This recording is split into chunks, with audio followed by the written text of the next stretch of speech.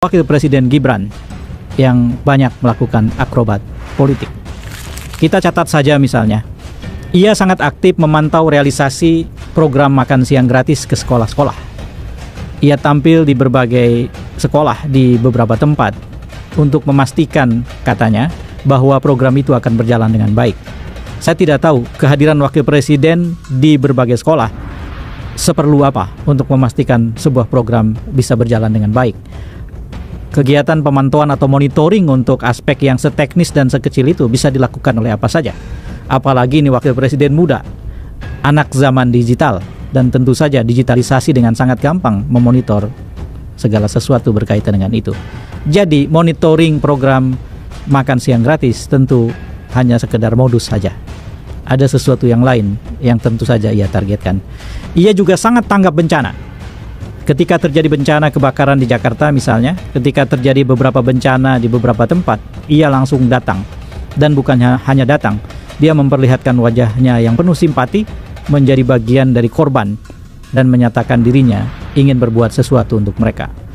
Bukan hanya itu, kita juga sudah tahu bahwa beredar gambar, sumbangan, atau pemberian dari Wakil Presiden dengan secara spesifik disebutkan sebagai bantuan sosial Wapres Gibran. Ini menurut hemat saya sekali lagi menunjukkan bahwa bukan hanya sekedar tanggap bencana yang sedang ia kerjakan, tetapi ada sesuatu yang tentu saja lebih besar dari sekedar itu, atau lebih penting di mata dirinya, sekalipun sangat tidak penting bagi para korban bencana sesungguhnya. Ia juga aktif setiap saat di mana-mana, bahkan membuka semacam laporan pengaduan ke kantor Wakil Presiden yang konon akan direspon dengan cepat. Saya menyaksikan seorang netizen mencoba menguji dengan melaporkan, memberikan pengaduan kepada akses yang dibuka untuk warga dari kantor Wakil Presiden. Dan sepanjang hari dia menunggu, tidak ada respon. Jadi respon cepat itu ternyata tidak seperti yang diiklankan. Tetapi bukan itu yang saya mau bicarakan. Yang saya mau bicarakan adalah Wakil Presiden ada di mana-mana. Ia tampil dan kemudian terpublikasikan secara luas, entah lewat media online maupun media sosial. Dan pada saat yang sama, kemudian kita saksikan juga sisi-sisi lain, dalam tanda kutip, dari aktivitas Wakil Presiden itu. Seperti misalnya, ternyata kemampuan komunikasi publiknya memang sangat terbatas. Ia bukanlah orang yang pandai berkomunikasi ke publik, memiliki banyak stok di kepalanya yang ingin disampaikan, dan disampaikan dengan bahasa yang mengalir dan menggugah. Bukan, ia bukan tipe orang seperti itu. Bahkan dalam satu video yang amat sangat viral, ia tidak bisa menggunakan kata para dengan tepat sebagaimana layaknya kaidah bahasa Indonesia mengajarkan kepada kita. Para diulang-ulang menjadi para. Jadi para hadirin, para kiai dan lain-lain. Yang saya hormati tokoh-tokoh, para tokoh agama, para kiai, para ibu nyai yang hadir pada pagi hari ini, yang tentu saja merupakan kesalahan sangat elementer, yang bahkan barangkali orang di tingkat sekolah dasar saja semestinya sudah paham benar soal itu. Ini sisi lain dari publikasi yang begitu rupa. Ini sisi lain dari upaya pemasaran yang habis-habisan. Dan kemudian ketika ia terlihat memimpin rapat, di hadapannya ada sejumlah menteri, para birokrat, yang ia sampaikan ternyata membaca dengan teks yang sudah disiapkan. Sesuatu yang harusnya dimulai dengan otentisitas diri, tampil apa adanya, menampilkan pemahaman, pengalaman, simpati, empati, kepedulian, kepemimpinan di hadapan peserta rapat.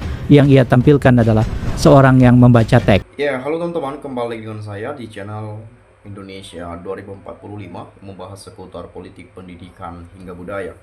Ya, tentu tadi kita mendengarkan ya penyampaian pada cuplikan video sebelumnya bagaimana Gibran, ya Wakil Presiden Republik Indonesia, dengan segala programnya, dengan segala janji kampanyenya yang sampai saat ini ditunggu oleh masyarakat Indonesia. Tentu kita lihat bahwa bagaimana Wakil Presiden kita, Gibran Raka Buming Raka, menjalankan tugasnya sebagai Wakil Presiden. Dan apalagi tadi juga sempat disampaikan seperti belusukan kesana kemari dan lain sebagainya. Mungkin rasa-rasanya masyarakat itu tak perlu sekali melihat ke posisi Gibran ada di sana, tetapi ya bagaimana ya mungkin menteri sosial yang bertanggung jawab, atau mungkin menteri terkait gitu ya. Dan memang sebetulnya bagus, tapi rasa-rasanya seperti yang sampaikan tadi, ini seolah-olah kayak memanfaatkan untuk pencitraan misalnya seperti itu. Dan kemudian misalnya seperti program lapor Mas Wapres. Nah, bagaimana respon, bagaimana tanggapan, ya, bagaimana pengaduan masyarakat Indonesia kepada program lapor Mas Wapres tersebut? Apakah jalan sejauh ini atau justru meresahkan oleh masyarakat, kepada masyarakat Indonesia, gitu ya? Lalu kemudian memang kalau misalnya lapor Mas Wapres ada netizen yang melaporkan Fafah, apakah itu langsung dieksekusi segera atau hanya formalitas belaka gitu ya? Ya semacam biar ada yang diingatlah dari seorang wakil presiden kita ini, program lapor Mas Wapres. Tapi nyata-nyatanya yang saya lihat banyak yang melapor, ada beberapa yang melapor katanya mengeluh juga, responnya lambat banget gitu ya, eksekusinya juga lambat banget gitu. Dan sampai sekarang saya nggak tahu masih jalan atau enggak gitu ya, karena ya mungkin itu berlaku di kota-kota besar sana lah gitu ya. Kalau di kami di kampung-kampung sini mungkin nggak nyampe lah sama sekali ke situ ya. Nah, teman-teman, saya melihat coba melihat ya komentar dari teman-teman kita di sini. Kalau bocah ya harus tampil di tempat bocah juga. Jadi kalau bicara cocok sama-sama bocah. Tapi kalau universitas kabur ya. Seperti kemarin tuh ada kejadian Mas Gibran tuh ditanya katanya sama mahasiswa atau apa itu. Ditanya A jawabnya B, katanya di ngaur jawabannya. Kayaknya udah saya upload di channel saya satu lagi ya sebelahnya ya. Saya heran ya, kayak Indonesia milik nenek moyangnya saja heran dan heran bahkan tidak hormat dengan para pejuang Indonesia. Aneh, dulu siapa yang milik kok sekarang dipakai bahan untuk menjelekkan, bukannya Anda sendiri yang lebih jelek. Seharusnya janji program lapangan kerja yang dijanjikan itu dahulu diprioritaskan. Karena jika orang tua kerja otomatis bisa berikan makan untuk anaknya. Jika hanya datangi sekolah itu jelas memoles citra agar dibilang baik. Nah, menteri sosialnya jadi tidak bisa kerja karena diambil wapres. Nah, itu yang seperti saya katakan tadi, kan ada menteri sosialnya, menteri terkait untuk menangani persoalan itu. Jadi kalau hanya untuk datang ke sekolah untuk memastikan apanya gitu ya, memastikan apanya ke sana, bukankah ada tugas yang lebih penting atau memang pekerjaannya nggak ada lagi yang lain selain pergi untuk mengawasi misalnya, untuk melihat, untuk memastikan misalnya. Kan kita perlu tanda tanya juga, jangan-jangan kerjanya cuma bisa gitu doang. Nah, barangkali seperti itu gitu ya. Itu hanya trik licik, mirip bapaknya kan, sangat licik juga mukanya. Ayo kita bongkar semua kejahatan keluarga Mulyono. Mimik muka orang ketakutan itulah Gibran. Dia itu sakit-sakit kejiwaannya akibat gempa politik. Fuhuwafa dan Mulyono mau kudeta Prabowo, itu tujuannya menjadikan Fuhuwafa wapres biar mudah jadi presiden dengan menyingkirkan Prabowo. Biaya makan gratis senilai 1 miliar di Jakarta saja hingga kini belum dibayar.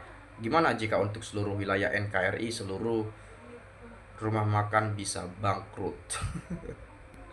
Kalau nggak dibayarkan di daerah saya belum nyampe itu makan gratisnya itu ya, makan bergizi ya kalau nggak salah ya. Belum nyampe sama sekali. Ya belum nyampe. Jangankan nasi, Indominya pun belum muncul di sana, belum kelihatan ya.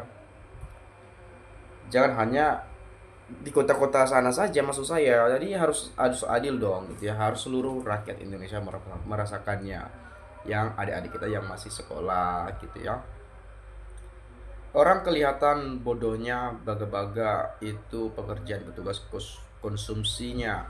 Memang kelasnya nyampe segitu, mau bagi-bagi mana lagi, katanya untuk memastikan. Survei aja kayaknya dia ya, memastikan.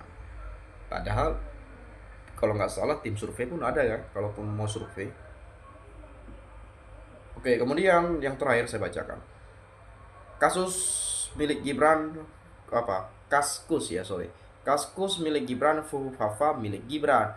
Kaskus jadi judi online penipu. Aku pernah dapat 3 angka 5.000. Gak dibayar sama akun Kaskus. Yang kedua, Fuhuwafa.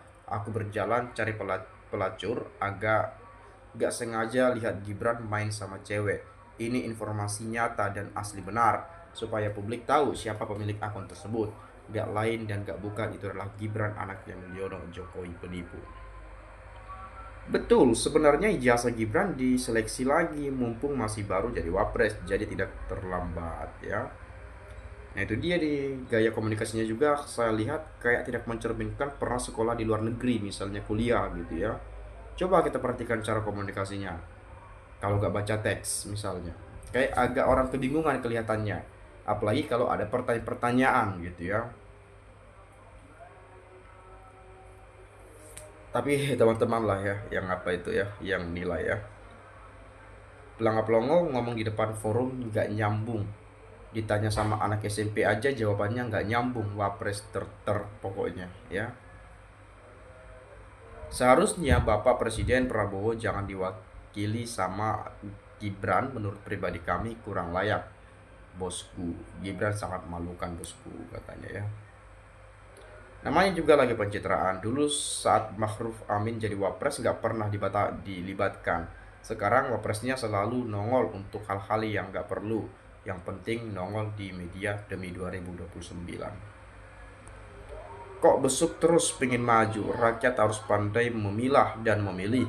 Kalau di amplopnya diterima saja, tapi rakyat harus pikirkan demi masa depan anak-anak kalian atau masa depan anak bangsa supaya negara maju, rakyat betul-betul sejahtera.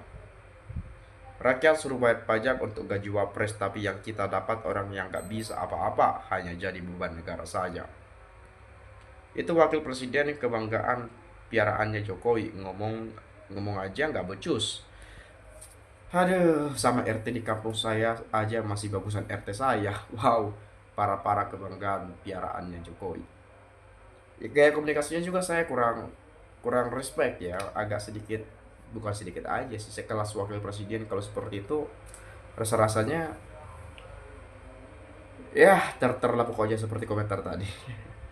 Mungkin teman-teman ada pendapat lain, bolehlah silakan sampaikan di sini ya. Itu saja mungkin, sekali lagi saya ucapkan terima kasih. Salam NKRI, harga mati.